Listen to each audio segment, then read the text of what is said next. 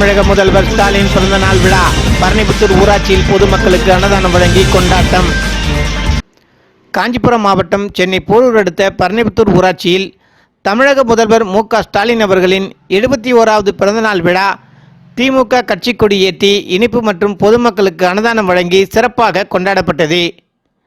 பரணிபுத்தூர் ஊராட்சி மன்ற தலைவர் கௌரி தாமோதரன் தலைமையில் நடைபெற்ற நிகழ்ச்சியில் பரணிபுத்தூர் ஊராட்சியில் உள்ள அனைத்து திமுக கிளைகளிலும் திமுக கிளை செயலாளர்கள் ஏற்பாட்டில் கட்சி கொடி ஏற்றி பொதுமக்களுக்கு இனிப்புகள் வழங்கி பல்வேறு நலத்திட்ட உதவிகள் வழங்கப்பட்டது. இதேபோன்று பரணிபுத்தூர் சின்னப்பனிச்சேரி திருவிதியம்மன் கோவில் அருகில் நடைபெற்ற நிகழ்ச்சியில் திமுக கட்சி கொடி ஏற்றி பொதுமக்களுக்கு இனிப்பு மற்றும் அன்னதானம் வழங்கப்பட்டது. இதில் பரணிபுத்தூர் ஊராட்சி மன்ற தலைவர் கௌரி தாமோதரன் பொதுமக்களுக்கு அன்னதானம் வழங்கினார்.